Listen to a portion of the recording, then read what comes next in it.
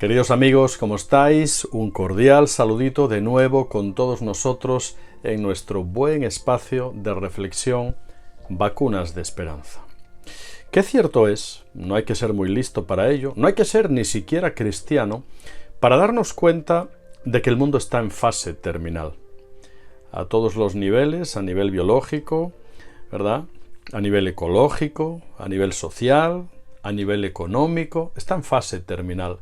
Pero si además somos creyentes, sabemos leer mejor los signos de los tiempos y entonces tendremos que concluir que estamos escribiendo probablemente el último capítulo de los últimos tiempos.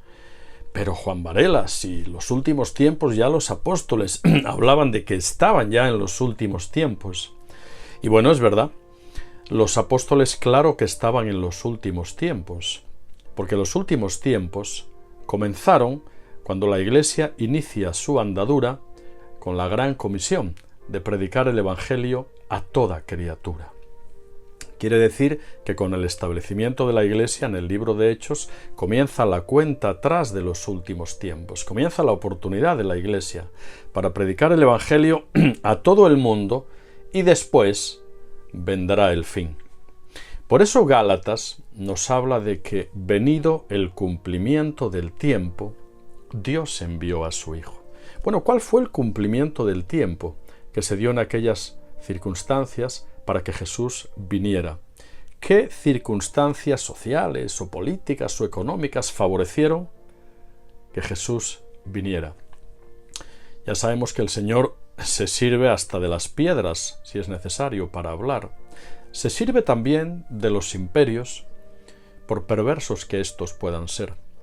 Y Dios se sirvió del imperio romano, y el cumplimiento del tiempo fue que en el tiempo en el que Jesús vino se dieron las circunstancias perfectas para el rapidísimo avance del Evangelio. Fíjate que el imperio romano unificó una lengua común que permitía comunicarse en todas las partes del imperio romano, facilitando la comunicación sin precedentes. El Imperio Romano creó una red de calzadas y de puentes que a día de hoy todavía siguen en pie muchos de ellos y que facilitaba que como nunca en la historia los viajes pudieran realizarse muchísimo más rápido. El Imperio Romano proveyó de una flota y de una red de puertos marítimos que permitían también sin precedentes el desplazamiento de un lugar a otro. Todo eso fue aprovechado para la venida del Mesías, y ese evangelio, ese virus que tenía que ser propagado a todo el mundo, lo fue. En principio, el mayor exponente del rápido avance fue el apóstol Pablo, que utilizó las redes, las calzadas, los puertos marítimos, el lenguaje común, aún su ciudadanía, el derecho romano para apelar a César. Todo eso confluyó para que el evangelio fuera predicado sin precedentes. Y cuando digo que estamos escribiendo el último capítulo de los últimos tiempos, me refiero a que hoy también se está dando un cumplimiento para que el Señor venga. ¿Qué tal si de alguna forma pasamos de las calzadas romanas a las modernas autopistas de la información? ¿Qué tal si hoy en día pasamos de las redes de los pescadores a las modernas redes sociales? Qué cierto es que las redes sociales pueden estar más santificadas hoy que nunca, porque permiten la proclamación del Evangelio sin parangón en la historia. Para muestra un botón, María del Mar y un servidor no hacíamos estas cosas, pero ahora estamos aprovechando estos medios para predicar, para compartir y para hablar de la esperanza. Porque aquí la gran pregunta que se nos plantea con la llegada de la segunda venida es ¿cómo nos hallará el Señor? ¿Verdad? El Señor nos tiene que hallar como si no viniera. Nos tiene que hallar trabajando. Nos tiene que hallar con la mano en el arado. Por eso el concepto que el otro día no acabamos de explicar, el concepto de que tenemos que ser atalayas y agricultores de nuestro tiempo.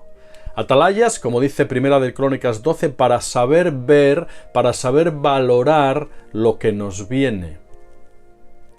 Y agricultores, como dice el Salmo, ¿verdad? Agricultores, irá andando y llorando, Salmo 126, irá andando y llorando el que lleva la preciosa semilla. Y vamos a llevar esa semilla, y quizá tengamos que llorar, porque tenemos un corazón sensible, y quizá ya hayamos llorado por los miles y miles y miles de muertos que la pandemia y el virus nos han dejado, pero seguiremos portando y seguiremos repartiendo la semilla, porque un día al final volveremos trayendo nuestras gavillas llenas de fruto, llenas de almas ganadas para el Señor. Y esa es nuestra responsabilidad, en la medida de nuestro círculo íntimo de influencia, y tenemos que hacerlo, porque estamos en un mundo muy incierto, muy complejo, en un mundo muy oscuro. Y en medio de ese mundo, las palabras del Salmo 43, verso 3, resuenan: envía tu luz y tu verdad, éstas me conducirán y me guiarán a tu santo templo y a tus moradas. Entraré al altar de Dios, al Dios de mi alegría y de mi gozo.